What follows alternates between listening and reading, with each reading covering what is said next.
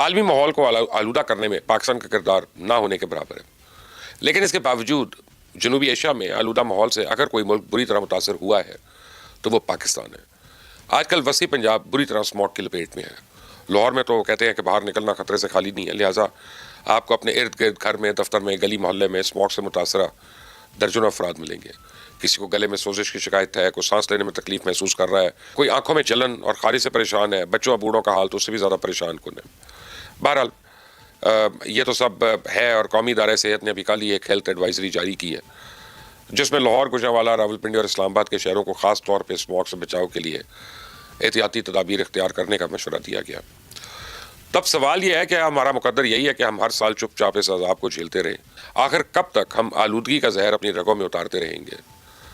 یہ اسموگ بنتی کیوں ہے اور اسے بچاؤ کے لیے احتیاطی تدابیر ہیں کیا، اور حکومت اس خطرے سے نمٹنے کے لیے کیا اقدامات کر رہی ہے؟ اسموگ بنیادی طور پہ نائٹروجن آکسائڈ ہے، متغیر نامیاتی مرکبات یعنی VOC اور سورج کی روشنی کے درمیان تعلق سے پھیلتی ہے۔ نائٹروجن آکسائڈ کا اخراج گاڑیوں اور صنعتی مراکز سے ہوتا ہے، جبکہ VOC کا اخراج گاڑیوں، ایندھن اور پینٹ وغیرہ سے ہوتا ہے۔ تو جب سورج کی روشنی ان آلودہ مادوں سے ٹکراتی ہے تو زمینی سطح پہ اوزون اور دیگر نقصان زدہ ذرات بنتے ہیں۔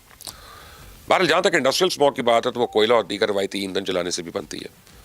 بہرحال جب موسم سرد ہونے لگتا ہے تو ہوا چلنے کی رفتار کم ہوتی ہے، جس سے دھوئیں کو اور دھند کو فضا میں موجود رہنے میں مدد ملتی ہے، اور اسے اسموگ بننے کا عمل تیز ہو جاتا ہے۔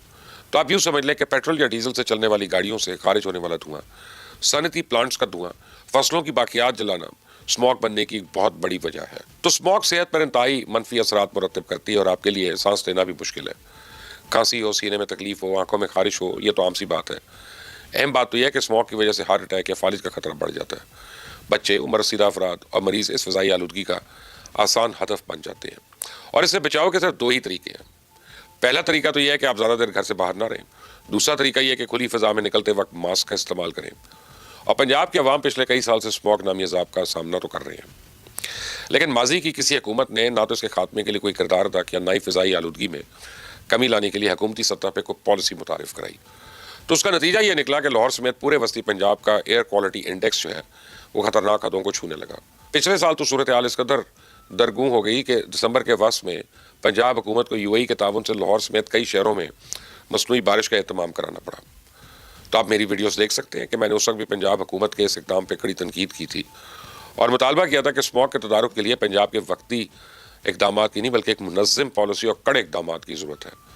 تو پچھلے 2 مہینے سے پنجاب حکومت جس طرح ایک حکمت عملی کے تحت فضائی آلودگی پہ قابو پانے کی کوشش کر رہی ہے، اس کے بعد یہ امید اب پیدا ہو گئی ہے کہ چند سال تک ہم اس زہر آلود دھوئیں سے نجات حاصل کر لیں گے۔ اگر آپ پچھلے چند سال کا ڈیٹا اکٹھا کر لیں اور اٹھا کر دیکھیں تو پتہ چلے گا کہ ماضی کی نسبت اس سال اسموگ کے خاتمے کے لیے حکومتی اقدامات نظر آ رہے ہیں۔ پنجاب حکومت کا دعویٰ ہے کہ وہ ماحول کو صاف ستھرا رکھنے کے لیے اندھا دھند کام نہیں کر رہی ہے، بلکہ آلودگی پھیلانے والے ہر بھٹے، ہر گاڑی، ہر کارخانے کی باقاعدہ نگرانی کر رہی ہے۔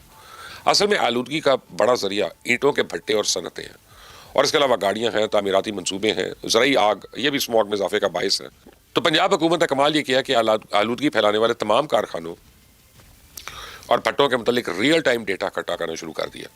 کھیتوں میں لگائی گئی آگ، دھوئیں نکلتے کارخانے، گاڑیوں اور اینٹوں کے بھٹوں کو اب سیٹلائٹ ڈرونز اور سینسرز کے ذریعے مسلسل مانیٹر کیا جا رہا ہے۔ تو کسی علاقے میں جو ہی کوئی ماحول دشمن ایکٹیویٹی نظر آتی ہے تو اس کے سدے باب کے لیے حکومتی مشینری فوراً حرکت میں آ جاتی ہے۔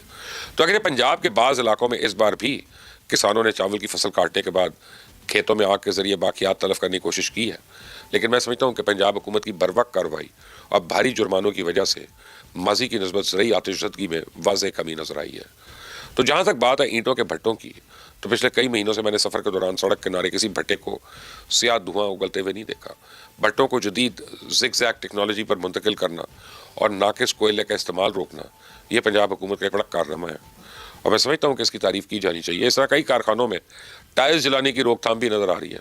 ہائی ویز پہ گاڑیوں کے فٹنس سرٹیفکیٹ چیک کیے جا رہے ہیں۔ دھواں اگلتی پرانی لوڈر گاڑیاں پہلے آزاد اور بلا روک ٹوک سفر کرتی تھیں، لیکن اب ایسی گاڑیوں کو جگہ جگہ پوچھ گچھ کے لیے اور بھاری جرمانوں کا سامنا کرنا پڑتا ہے۔